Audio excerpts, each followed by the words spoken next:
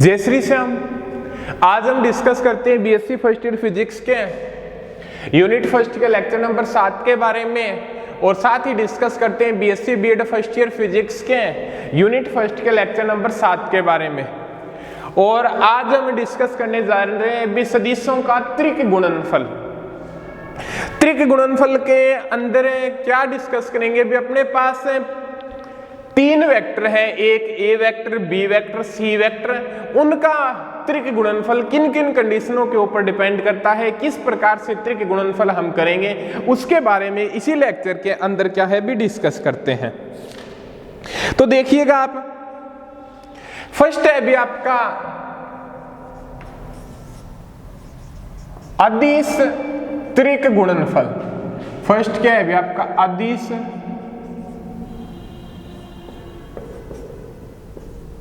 त्रिक गुणनफल। अदिश त्रिक गुणनफल किसे कहते हैं? सबसे पहले तो इसके बारे में डिस्कस करते हैं। यदि आपके पास 3 वेक्टर हैं, एक मान लो आपके पास ए वेक्टर हो गया, दूसरा मान लो आपके पास बी वेक्टर हो गया, तीसरा मान लो आपके पास क्या हो गया बी सी वेक्टर हो गया। यदि आपके पास क्या भी 3 वेक्टर है, ए वेक्टर, बी वेक्टर और सी वेक्टर, ठीक है। अब यदि इनका मल्टीप्लिकेशन करें, A vector cross B vector dot C vector, A vector cross B vector dot C vector, यदि इसके जो गुणनफल से A vector cross B vector dot C vector, यदि इसके गुणनफल से हमारे पास क्या प्राप्त होती है भी अदिश राशि प्राप्त होती है।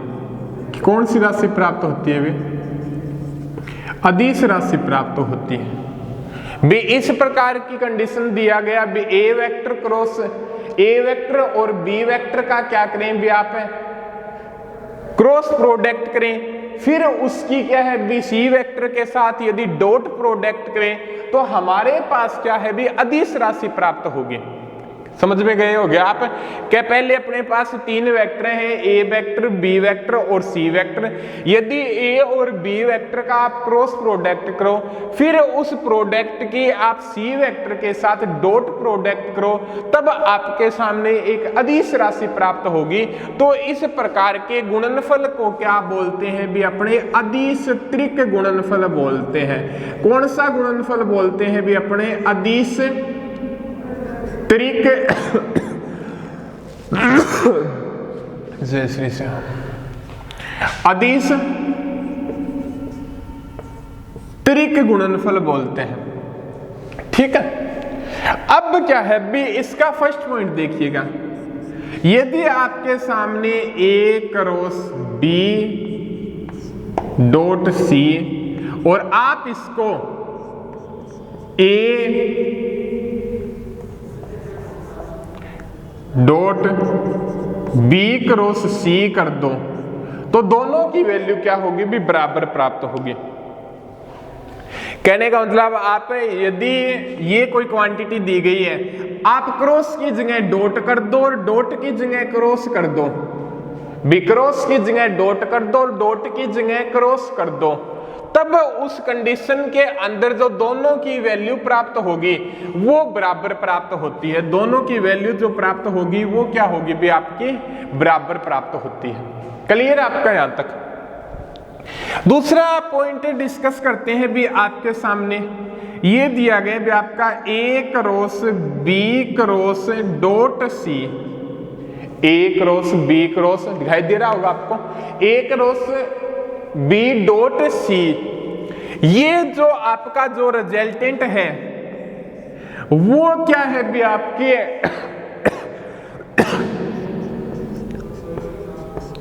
समांतर षटफलक के आयतन को व्यक्त करता है। समांतर षटफलक के आयतन को व्यक्त करता है। ये जो आपका जो रिजल्ट प्राप्त होगा बी ए और बी का क्रॉस प्रोडक्ट और उसकी सी वेक्टर के साथ जो डॉट प्रोडक्ट प्राप्त होगी वो आपका समांतर छठफलक के आयतन को व्यक्त करता है। समांतर छठफलक के क्या है बी वॉल्यूम को प्रदर्शित करता है। ठीक है, अब यहां पे जो ये बताता है बी जो ए सदिश और बी सदिश से मिलके जो ये शेप बना होगा, ठीक है, या ए सदिश व बी सदिश से बना होगा, वो समांतर चतुर्भुज के आधार, समांतर चतुर्भुज का क्या होगा भी आधार होगा। ठीक है, बताएंगे किस प्रकार से होगा। और जो सी होगा वो तिरछी ऊंचाई होगी, तिरछी ऊंचाई किस प्रकार से होगा हम देख के आपको बताते हैं भी। देखिएगा आप डायग्राम में इस प्रकार से आपके सामने डायग्राम बनाया गया है।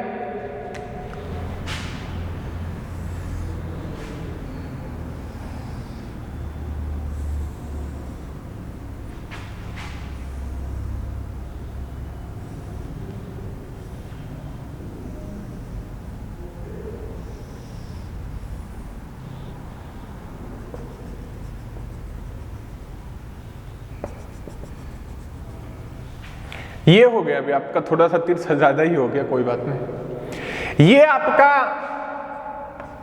ए वेक्टर है, अच्छे से बनाते तो सब स्पष्ट बनता। ये आपका बी वेक्टर है और ये आपका सी वेक्टर है। ठीक है, थोड़ा तिरछा ज्यादा हो गया, कोई ना, अच्छे से नहीं बना, कोई बात नहीं। ये आपका ए वेक्टर है, ये आपका बी वेक्टर है और ये आपका क्या है बी सी वेक्टर है। ठीक है, अब आपके सामने क्या बताता है ये कोई आपका क्या भी छठफलक मान लो, ये क्या है भी आपका समांतर छठफलक है, भी 6 फलकों से मिलकर क्या है भी बना हुआ है। ये क्या है भी आपका समांतर छठफलक है जो 6 फलकों से मिलकर क्या है भी बना हुआ है। और जो आपका समांतर छठफलक का जो नीचे वाली शेप है ये मान लो क्या है भी उसका आधार है। क्या है भी उस समांतर छठफलक का क्या है भी आपका आधार है। रूम मान लो आप, ये समांतर छठफलक का क्या है भी आधार है, ये समांतर चतुर्भुज की तरह है, तिरछा दर्शाया गया है। तो ये क्या है भी आपका समांतर चतुर्भुज की तरह है जो क्या है भी 2 भुजाओं से मिलकर बना हुआ है, ए वेक्टर और बी वेक्टर भुजाओं से। तो आपका क्या हो जाएगा भी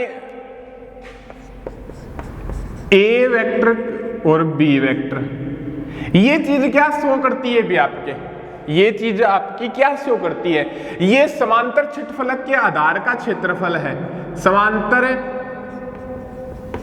छठफलक के आधार का क्षेत्रफल है। और पीछे वाले लेक्चर के अंदर अपने समांतर चतुर्भुज के क्षेत्रफल के बारे में अपने डिस्कस किया भी था। यदि क्या है भी किसी समांतर चतुर्भुज की 2 आसन भुजाएं ए वेक्टर और बी वेक्टर हो तो उसको इस मल्टीप्लिकेशन से समांतर चतुर्भुज का क्षेत्रफल क्या है भी अपने डिनोट या प्रदर्शित कर सकते हैं। तो ए क्रॉस बी क्या हो जाएगा आपका A B sine theta. Theta क्या है भी ए वेक्टर और बी वेक्टर के बीच का एंगल है। थीटा क्या है भी आपका यहाँ पे ए वेक्टर और बी वेक्टर के बीच का एंगल है। इसकी दिशा क्या होगी, ए वेक्टर तथा बी वेक्टर से बने तल के लंबवत होगी। इसकी डायरेक्शन क्या होगी, ए वेक्टर तथा बी वेक्टर से बने तल के लंबवत होगी। तो ये यहाँ पे एन कैप से प्रदर्शित कर दिया। ठीक है, तो इसका ये हो गया बी वेक्टर बी वेक्टर, इसकी डायरेक्शन अच्छे से बनाओगे आप स्पष्ट रूप से तो ये आ गई। इस पृष्ठ के लंबवत बाहर की ओर, पृष्ठ के लंबवत बाहर की ओर, या ए सदिश तथा बी सदिश से बने तल के लंबवत बाहर की ओर इसकी डायरेक्शन होगी। तो ये आ गया भी आपका A B sine theta N cap. Clear आपका यहां तक। अब एक बात और बता दें आपको भी, जो आपका ये चीज दिया गया है A cross B cross dot C. ये आपका क्या शो करता है भी? आपका ये शो करता है भी आपका आधार का क्षेत्रफल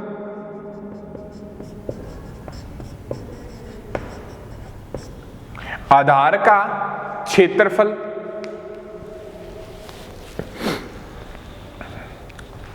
और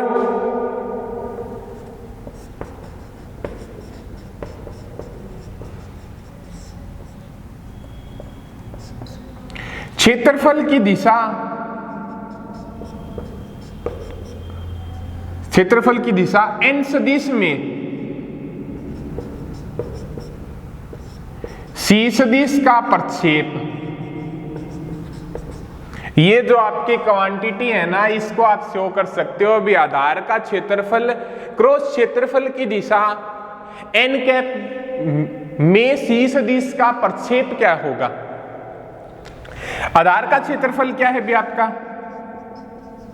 ए बी साइन थीटा क्रॉस क्षेत्रफल की दिशा n सदिश में c सदिश का प्रक्षेप, ये हो जाएगा क्षेत्रफल की दिशा n सदिश में c सदिश का प्रक्षेप, ये हो जाएगा।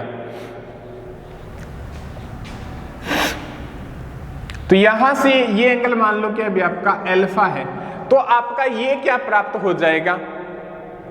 यदि आप साइन अल्फा का सूत्र लगाओ, ये आप लेंथ मान लो क्या है भी आपकी h है, ये क्या है भी आपकी लेंथ h है। साइन अल्फा का आप फॉर्मूला लगाओ। साइन अल्फा क्या होता है भी? लाल बटे कक्का होता है लंब बटे कर्ण। लंब क्या है आपका? h है। कर्ण क्या है भी आपका? c है। c वेक्टर ही है ये जो c वेक्टर है ये h है, तो आपका h क्या आ जाएगा? c sign alpha. तो c साइन अल्फा, और c साइन अल्फा को आप किससे डिनोट करते हैं? h से डिनोट करते हैं।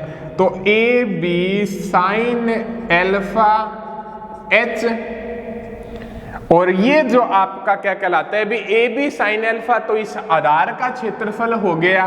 h क्या होगी भी? इस ऊंचाई होगी, तिरछा दर्शाया गया है, ये बात याद रखना आप भी। ये क्या है भी? तिरछा दर्शाया गया। समांतर चतुर्भुज का क्या है भी? तिरछा दर्शाया गया। तो A B sine alpha into h, ये क्या कहलाएगा भी? आपका छठ फलक का आयतन कहलाएगा। ये जो कंडीशन कहलाएगी वो आपकी क्या कहलाएगी भी? छठ फलक का आयतन कहलाएगा। को इस प्रकार से क्या है भी? डिनोट करेंगे v। वैसे भी दर्शाएं तो a क्रॉस b हो गया, ठीक है, और डॉट c हो गया। इसकी डायरेक्शन आएगी और इसकी डायरेक्शन आएगी, दोनों की डॉट प्रोडक्ट होगी, तो वो क्या हो जाएगी भी? 1 हो जाएगी। वैसे आगे कोई कंसेप्टेड आएगा तो आपको बताएं भी के, ठीक है। यहां पे ये जो चीज डिनोट करती है वो आधार का क्षेत्रफल और क्षेत्रफल की दिशा में n सदिश में c सदिश का प्रक्षेप। इस बात को क्या है आप इस तथ्य के रूप में लिख सकते हो, और ये तथ्य क्या भी आपका होता है? ये आपका क्या कहलाता है? छठ फलक का आयतन कहलाता है। यदि आपका कोई तिरछा दिया गया हो, समांतर छठ फलक हो, और वो समांतर चतुर्भुजों से क्या है भी? मिलके बना हुआ हो, ठीक है। अब आगे डिस्कस करते हैं भी यदि इनकी जो डॉट प्रोडक्ट क्या होगी, सॉरी अदिश त्रिक गुणनफल क्या होगा यदि आपके सामने a सदिश b सदिश तथा c सदिश दिए हुए हों, तो उस कंडीशन के अंदर क्या होगा उसके बारे में अभी हम डिस्कस करते हैं।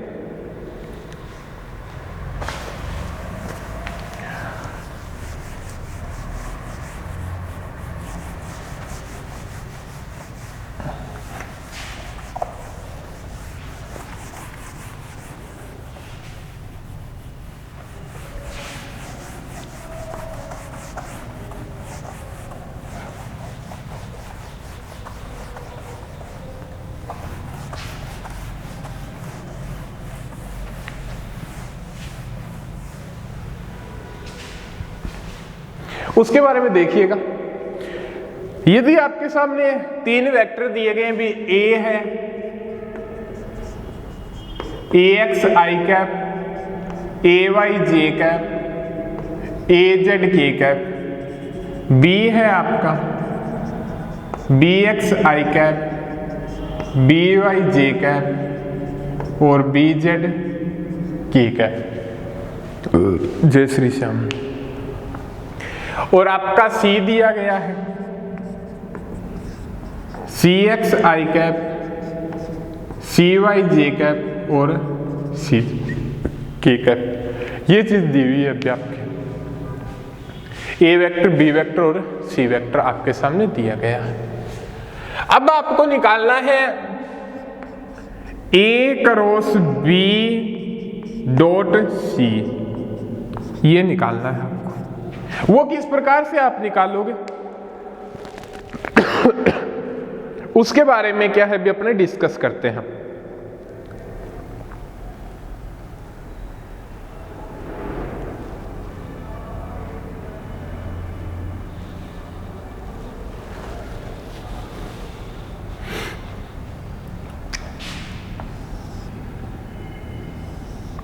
यदि आप दो वेक्टर की डॉट प्रोडक्ट करो, ए क्रॉस बी की करो, तो आपने पीछे वाले के अंदर जो आपने रिजल्ट प्राप्त हुआ था उसके अकॉर्डिंग आप लिख सकते हो। क्या हुआ था अभी आपके सामने, I cap, J cap, K cap, A x, A Y, A Z, B x, B Y, B Z. यही था, यही चीज प्राप्त हुई थी आपकी। डॉट सी वेक्टर क्या है अभी आपका, c x i cap, c y j cap, C z k cap. ये ही था आपका। ए क्रॉस बी क्या हो गया अभी, a x A Y A Z, B x B Y B z. और सी वेक्टर क्या आ गया अभी आपका, c x i cap, c y j cap और c z k cap. Clear आपका। अब क्या है अभी इसकी आप डॉट प्रोडक्ट करवा दो भी, क्या रिजल्ट प्राप्त होगा। ये चीज करवानी, इसका मल्टीप्लिकेशन आपने पढ़ चुके हैं। ये होता है डॉट लगा के अपने क्या है भी ये लिख दिया। पहले इसका सॉल्यूशन कर लो आप, क्या प्राप्त होगा आपका, ए y B Z minus A Z B Y, A y B Z minus A Z B Y I cap,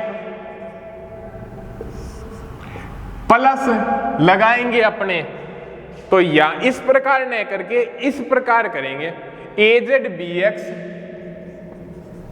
A Z B x minus a x b Z J cap, plus के cap क्या प्राप्त होगा आपका, ए x B Y, A x B y minus a y b x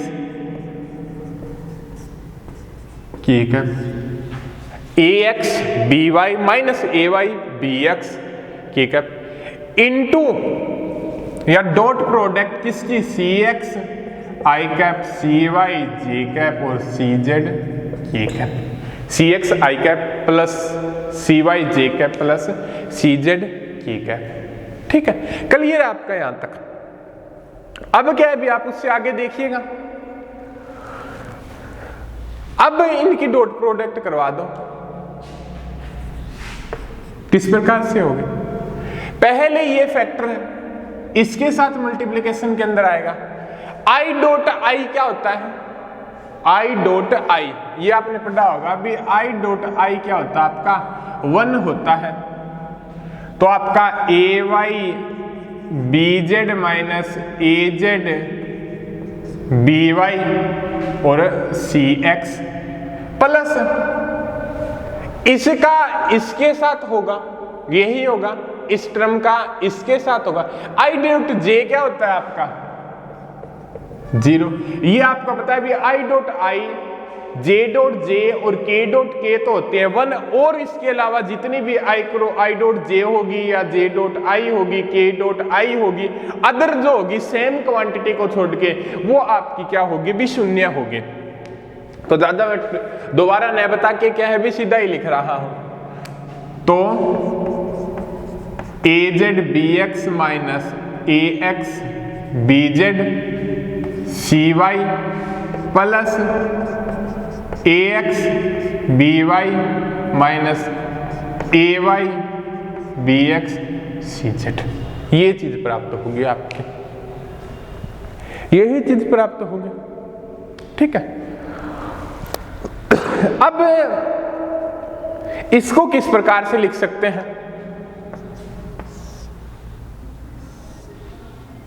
C x c y c z, a x A Y A z और b x B Y B z. C x c y c z, a x A Y A Z, B x B Y B z, इस प्रकार से लिख सकते हैं। ऐसे क्यों लिख सकते हैं भी? अपना सी एक्स देखिएगा, सी एक्स क्या हो जाएगा? ए वाई बी जेड माइनस ए जेड बी वाई। सी एक्स क्या हो जाएगा भी आपका? ए वाई ए वाई बी जेड माइनस ए जेड बी वाई। ठीक है, सी वाई क्या हो जाएगा? अपोजिट हो जाएगा, ए Z B x minus a x b z, और सी जेड क्या हो जाएगा भी आपका? ए x B y minus a y b x हो जाएगा। ये चीज क्या होगी भी आपकी? प्राप्त होगी। ठीक है, जो मैट्रिक्स से आपको सोल्व करनी तो आती ही होगी, मैट्रिक्स को सोल्व करते हैं तो रिजल्टेंट क्या होंगे भी आपके? ये ही प्राप्त होंगे। ठीक है, अब आगे देखते हैं भी अपने एक मिनट रुकिएगा।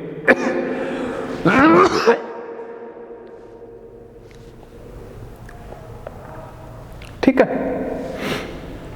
तो आपका यदि इस प्रकार की क्वांटिटी का मल्टीप्लिकेशन करना हो तो आपके सामने ये क्वांटिटी प्राप्त होगी, और ये क्वांटिटी यहाँ पे प्रदर्शित ये करती है भी ये कोई सदिश राशि नहीं है, अदिश राशि है, क्योंकि इसके अंदर कोई भी किसी भी प्रकार की डायरेक्शन का तथ्य हमारे पास नहीं आता है। ठीक है, ये हो गया भी आपका।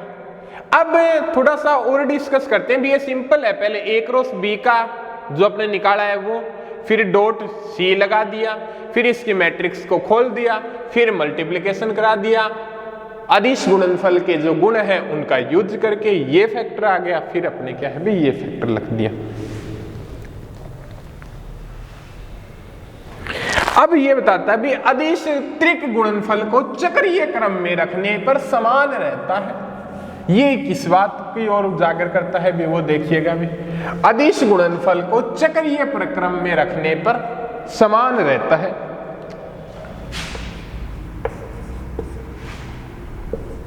अदिश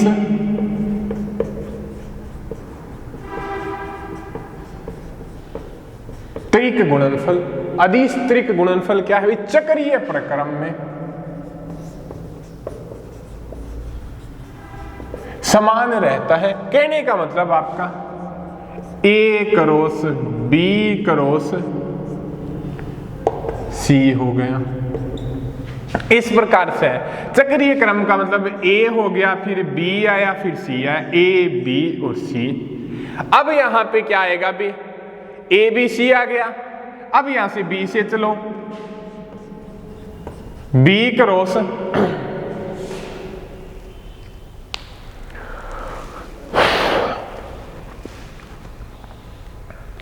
इस प्रकार से लिख लो या उसी प्रकार से लिख लो, दोनों के क्या है भी सेम रिजल्टेंट प्राप्त होंगे।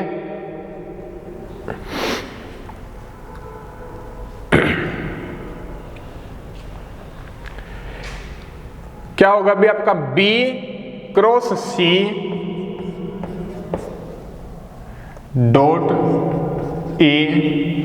ठीक है, आगे वाला सी से चलेंगे, c cross a dot b, a b c, a b c, फिर b c a, b c ए, फिर सी a b, c a B.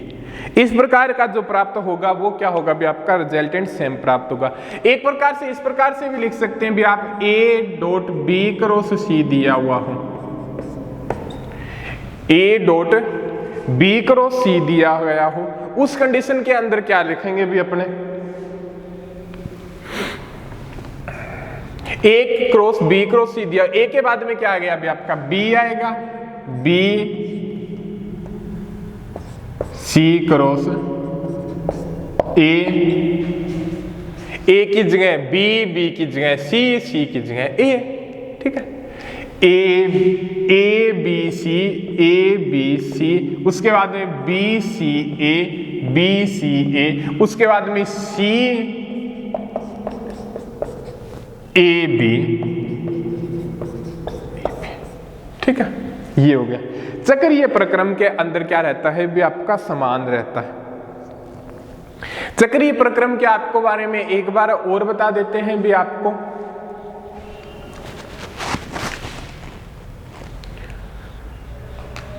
ABC दिया हुआ आपके सामने, ABC दिया हुआ है, ABC ये हो गया। अब ABC से स्टार्ट होता है, A से लेके B, B से लेके C, C से लेके A। अब यदि अपने चक्रीय क्रम के अंदर यहां से स्टार्ट होता है, अब की बार यहां से स्टार्ट होगा तो पहले आएगा B, फिर आएगा C और फिर आएगा A, फिर आएगा A, ठीक है। अब यहां से स्टार्ट करें तो पहले आएगा आपका C, फिर आएगा आपका A और फिर आएगा आपका B। जो निशान है वो क्या रहेंगे भी आपके सेम रहेंगे। जहां पे क्रॉस है वहां पे क्रॉस रहेगा, जहां पे डॉट है वहां पे डॉट रहेगा। उसी प्रकार से यदि इसको स्टार्ट करें, पहले आएगा आपका A, फिर B और फिर C। अब आगे देखें, पहले B, फिर C और फिर A, फिर यहां से स्टार्ट करें, पहले यहां से स्टार्ट किया, फिर यहां से स्टार्ट किया, फिर यहां से स्टार्ट किया, पहले C, फिर A और फिर B। कहने का मतलब A B C, A से B, B से C और C से A। इस प्रकार चक्रीय क्रम को क्या करता है भी ये सेटिस्फाई करता है, ठीक है। एक पॉइंट और भी रह गया आपका, यदि सदिश दिए गए, यदि समतलीय है,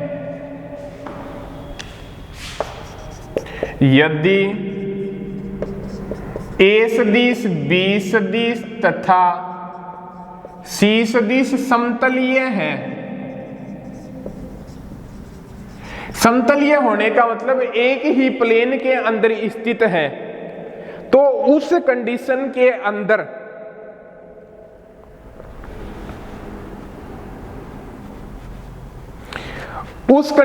अंदर जो आपका जो गुणनफल प्राप्त होगा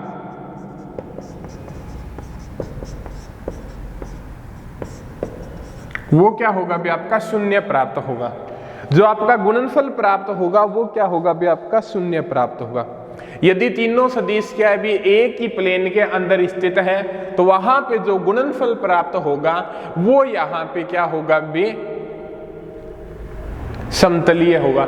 इसके अंदर क्या हो जाएगा भी B क्रॉस C, तो क्या है उसके समांतर चतुर्भुज का नीचे वाले का क्षेत्रफल हो जाएगा। वैसे माने तो A सदिश क्या है इसकी तिरछी ऊंचाई हो जाएगी। वैसे आप किसी भी प्रकार से इसको क्या है भी आप निकाल सकते हो। तो ये था भी आपका, आपने पहले क्या पढ़ा था भी सदिश गुणनफल के बारे में पढ़ा था, अदिश गुणनफल के बारे में पढ़ा था, और फिर क्या है भी आपने अदिश त्रिक गुणनफल के बारे में पढ़ा, तीन वेक्टर क्वांटिटी के बारे में पढ़ा। तीनों वेक्टर क्वांटिटी ये थी भी, इसकी जगह डॉट की जगह क्रॉस या क्रॉस की जगह डॉट करने पर इनकी वैल्यू क्या होती भी समान होती थी। और ये जो आपकी क्वांटिटी थी वो आपके समांतर क्षेत्रफलक के आयतन को क्या करती थी भी प्रदर्शित करती थी। यदि इसका आप मल्टीप्लिकेशन प्राप्त करते थे तो आपके सामने क्या है भी वो क्वांटिटी प्राप्त होती थी जिसकी क्या है भी किसी भी प्रकार की क्या है भी डायरेक्शन नहीं होती। फिर आपने क्या है भी चक्रीय प्रक्रम का क्या करती है भी ये पालन करती है। तो आपने चक्रीय प्रक्रम के बारे में क्या है भी अच्छे तरीके से क्या है भी आपने डिस्कस किया। यदि क्या है भी तीनों सदिश क्या है भी समतलीय है, कहने का मतलब एक ही प्लेन के अंदर स्थित है, तो समतलीय होने के लिए आवश्यक प्रतिबंध ये है कि भी इसकी जो प्रोडक्ट होगी B और C की क्या है भी क्रॉस प्रोडक्ट, और फिर क्या है भी उसकी A सदिश के साथ जो डॉट प्रोडक्ट होगी वो हमेशा क्या होगी भी शून्य होगी। ये हो गया भी आपका अदिश त्रिक गुणनफल। आगे वाले लेक्चर के अंदर डिस्कस करेंगे भी अपने त्रिक सदिश गुणनफल के बारे में, वो डिस्कस करते हैं भी अपने अगले लेक्चर के अंदर।